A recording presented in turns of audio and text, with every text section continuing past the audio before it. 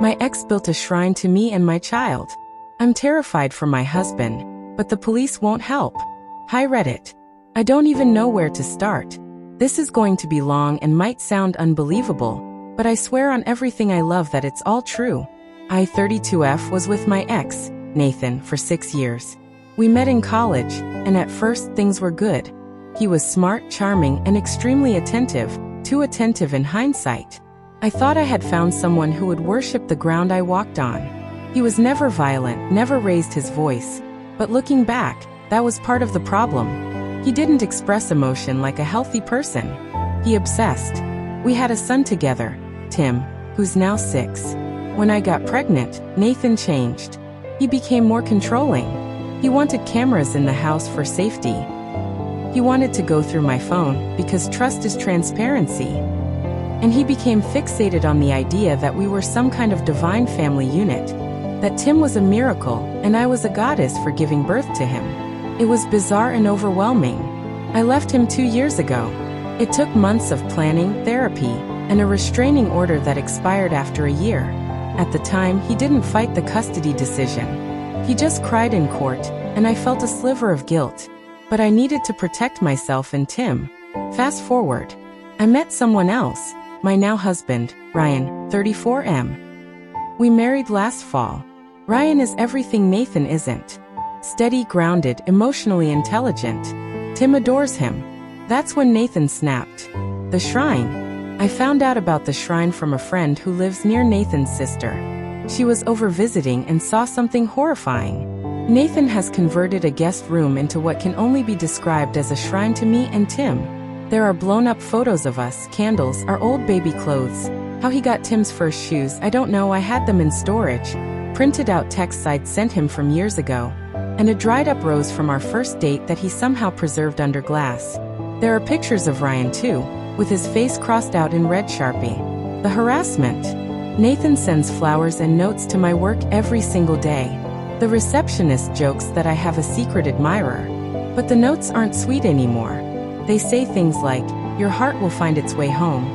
Your husband is a mistake that can be undone." And Tim misses his real father. Last week, I came outside and found flowers on my car windshield with a photo of Ryan and me on our wedding day, torn in half. He went to my parents. He showed up at my parents' house in tears. My dad nearly threw him off the porch. But my mom, ever the softie, listened to him. He begged her to help him win me back. He told her that I belong to him, that our souls are tied eternally, and that I've been brainwashed by the imposter, his words for Ryan. My mom called me crying, asking if he's mentally ill. I said yes. I truly believe he is. But untreated obsession is still dangerous. The police don't care. I've filed multiple reports. They say that sending flowers isn't a crime, that he's not made explicit threats, that there's no immediate danger. They offered to document everything in case it escalates. I asked if the shrine was considered stalking behavior. They shrugged. The restraining order is long expired, and unless he trespasses or harms someone, they're limited. I feel like I'm watching a horror movie in slow motion, and no one is paying attention until the knife comes out. Why I'm scared now? Nathan has started showing up at places I frequent. He never talks to me. He just watches. He stood across the street from Tim's school one day. I reported it, but again, not illegal. Yesterday, Ryan's car tires were slashed in our driveway. Nothing was stolen. We don't have video footage because our camera battery had mysteriously died. I have no proof it was Nathan, but every cell in my body says it was. Ryan wants to confront him, but I told him no. That's what Nathan wants. He wants to insert himself, to make this a triangle again. What do I do? I'm terrified. I've started documenting everything. I've emailed myself copies of the notes, the photos, and screenshots. I'm saving it all in a Dropbox. I'm calling a lawyer tomorrow to ask about a new restraining order and custody changes. I'm considering moving, even changing Tim's school. But why should we be the ones to run? I'm exhausted. I can't sleep. I jump every time the doorbell rings. I'm scared that one day I'll come home and something irreversible will have happened. If anyone has experience with stalking, protective orders, or obsessive exes, please tell me what helped, what worked. What didn't? I want to keep my family safe. Thanks for reading. Update. My ex built a shrine to me and my child. I fear he will hurt my husband, but the cops won't help. He sends flowers to my job daily and cried to my parents. Hi again, Reddit. I didn't expect my last post to get the attention it did. I read every single comment. Some of you gave me incredibly helpful advice, legal tips, security suggestions, and even your own stories, which made me feel less insane. Thank you. I wish I had better news. After I made the last post, I followed through on a few things. I consulted a lawyer who specializes in domestic violence and stalking cases. She told me something that both relieved and terrified me. You have enough for a restraining order, but prepare for him to retaliate when you file. We filed for an emergency order, including photos of the shrine. My friend was brave enough to go back and snap a few discreet pics through a cracked door. The notes, timestamps from flower deliveries, and documentation of him appearing near Tim's school. The court granted a temporary restraining order. He was served at his home. I felt a wave of relief. It lasted 48 hours. That night, we woke up to pounding on our front door at 2:17 a.m. It wasn't Nathan. It was a stranger, some guy in a ski mask. He didn't say a word, just stood there while Ryan called 911. The guy took off before the cops arrived. Nothing was stolen, but our mailbox had been stuffed with shredded paper, like shredded photos. I recognized one. It was of me and Nathan, from our college graduation. Shredded, burnt at the edges. Police made a report. Said it could be unrelated. I asked if they could fingerprint the mailbox. The officer literally said, "It's not CSI, ma'am." He's only 6, but he's not stupid. He knows something's off. He asked me yesterday why the flower man doesn't stop sending me things, and if it means I'm going to leave new daddy and go back to old daddy. That shattered me. I'm trying to protect him, but how do you explain obsession to a child? Nathan showed up again, this time in a suit, holding a photo album. He told my parents he was fighting for his family, and that I was in danger with Ryan. He told them Ryan beats me, which is a bold, disgusting lie. My dad kicked him off the property and told him if he showed up again, he'd press charges. Nathan responded by crying in the driveway and saying, "She'll come back. She always does. She's just confused. I've waited this long." My dad stayed up that night with his shotgun by the door. My mom is shaken. She told me she regrets ever letting him into our lives. I told her it wasn't her fault. But truthfully, a small part of me is angry that she listened to him even for a moment. It gave him hope. Hope is dangerous to someone like Nathan. Ryan was followed home from work yesterday. He noticed the car, a black Honda, no plates. It tailed him for 20 minutes. When he turned into a police station, the car sped off. I reported it, again. Documented, again. No proof it was Nathan. Just a pattern. A terrifying one. We're staying with friends for a few days while we decide whether to move. Our lawyer is pushing for a permanent restraining order. I've bought a personal alarm, pepper spray, and we're having security cameras hardwired around the property this time, with off-site cloud storage. I'm also talking to Tim's school about changing pickup protocols. They've been understanding. Nathan hasn't made contact in 4 days now, but that's the part that scares me most. Silence isn't peace. Silence is planning. I guess I'm posting again because I still feel helpless. I've done everything I'm supposed to do. Documented, filed, protected, moved, and I still feel like the system won't really care until it's too late. Please, if you're in a relationship with someone who gives you that tight feeling in your gut, the kind that feels like you're being watched even when you're alone, trust it. Obsession doesn't always look like violence. Sometimes it looks like flowers, notes, apologies, love letters soaked in control. I'll update if anything else happens. Hopefully, I won't need to. Final update. My ex who built a shrine to me and stalked my family finally crossed the line. And now I'm done hiding. Hi Reddit. It's been a few weeks since my last post, and I didn't think I'd ever write again. Honestly, I hoped I wouldn't need to. But something happened. Something big.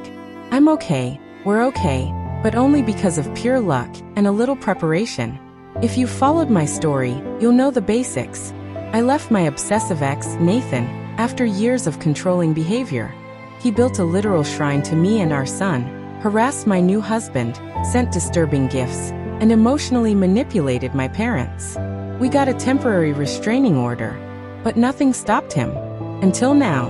It was a Tuesday. Quiet. Normal. Ryan had just put Tim to bed, and I was finishing up dishes. Our security cameras, the hardwired ones we installed after everything, picked up a notification. Motion detected, backyard. We live in a fenced property. No one should be back there. Ryan checked the feed. His face changed instantly. All he said was, "It's him. He's in the backyard." Nathan. Dressed in black. Hood up. He was holding something. At first, we thought it was a bag. Then we realized it was a crowbar. He stood at the sliding glass door, just watching us. Calm. Like he was waiting for us to notice. When he realized we were watching him through the security monitor, he smiled. Like it was a game. A reunion. Ryan called the police. I grabbed Tim from his bed and locked us in the bathroom. I will never forget how small Tim's voice sounded when he whispered, "Is it the flower man again?" It took police 19 minutes to arrive. Nathan didn't try to break in. He walked slowly around the house, dragging the crowbar along the siding, tapping the windows, like he was measuring our fear. But here's where it turns. Crystal clear. His face. The crowbar. Him trespassing, violating the restraining order, harassing our family. This time, there were no excuses. No lack of proof. No, it's just flowers. Police arrested him on the spot.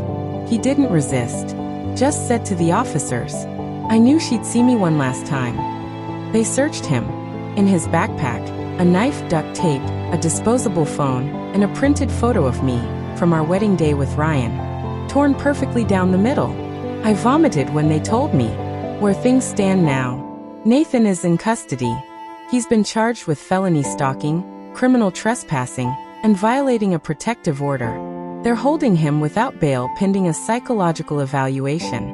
My lawyer told me this was as close to airtight as it gets for a stalking case. We've filed for a permanent restraining order. And this time, the judge granted it without hesitation. It's valid for 10 years, and includes Ryan, Tim, my parents, and even Tim's school. We're also moving. We decided not to wait any longer.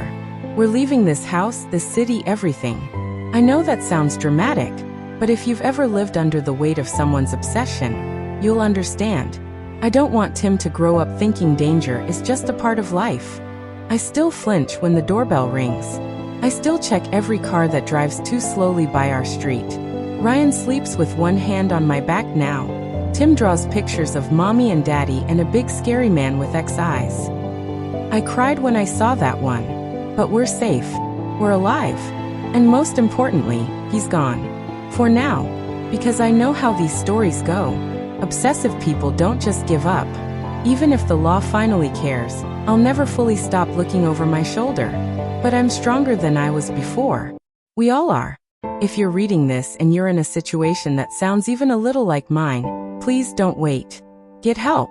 Document everything. Tell people. The law is slow, but paper trails matter. Screaming into the void helps when people listen. And Reddit? You listened. Thank you. Maybe I'll write again one day, from a better place in a new home, with nothing to say but how quiet life finally feels. Until then, be careful who loves you too much. It's not always love that MYX who stalked me, built a shrine, and tried to break into our home is finally gone. Here's what happened after. Hi Reddit. It's been just over 5 years since I last posted. I wasn't sure I'd ever come back. Not because I forgot, but because part of moving on was refusing to let him live in my head any longer. But I get messages sometimes. People ask, what happened? Did he get out? Are you okay now? So here it is. The final update I owe to anyone who ever found strength in my story, or recognized themselves in it. Nathan was held without bail for nearly a year awaiting trial. He was declared competent, though his court-appointed psychologist described him as suffering from delusional attachment disorder and erotomanic obsession. His fixation on me, and by extension, Tim, was labeled pathological, but not insanity under legal definitions. He pled no contest to felony stalking, violation of a protective order, criminal trespassing, possession of a weapon with intent to intimidate. Because of the clear pattern, the evidence, thank God for that camera footage, and prior history, the judge gave him the maximum sentence allowed under our state law. 9 years in prison, with no possibility of parole for the first 6. He also received mandatory psychiatric treatment while incarcerated. We testified, me, Ryan, my dad. I was shaking the whole time, but I looked him in the eye when I read my statement. I said, "You tried to make me your story, but I'm writing my own ending." He didn't say a word back. We moved 2 states away. New names, new jobs, new school for Tim. We don't live in hiding, but we live smart. We still have cameras. I keep the restraining order updated like clockwork. Tim's school is flagged with an alert system. We have an attorney on retainer in case Nathan ever petitions for early release or tries to contact us. But despite all of that, we're happy. Tim is 11 now. He barely remembers the worst of it, and he knows enough to ask the right questions without fearing the answers. He's empathetic, sharp, and protective of me in ways that break my heart and mend it at the same time. Ryan and I are still together, stronger than we've ever been. He never once made me feel like I was too much to deal with. And in those early years, I carried trauma like an extra body. We've built something peaceful. Not perfect, but peaceful. And free. I used to think the worst part of what Nathan did was the fear. The kind that makes you check locks 6 times and flinch at shadows. But the worst part was the way it made me doubt my reality. How long I thought maybe I'm overreacting. How long I believed he's not dangerous. Just sad, just confused, just hurt. Let me say this clearly, for anyone who needs it now. I survived because people finally listened. But I also survived because I stopped trying to be nice about it. If you're in something that feels off, where love feels heavy, like something being done to you instead of shared with you, listen to that voice. Start documenting. Start preparing. You don't have to wait until it's violent to act. Nathan's projected release is in 3 more years. But we've already filed to have our protective order extended indefinitely under new victim protection legislation in our state. We'll fight it every year, if we have to. But I'm no longer afraid of him. He stole a few years from me. He stalked my peace. He haunted my life. But I got it back. So if this is the last time I write, I want to end with this. You can lose your safety. You can lose your home. You can lose your trust. But you do not have to lose yourself. Not forever. Thanks for staying with me, Reddit.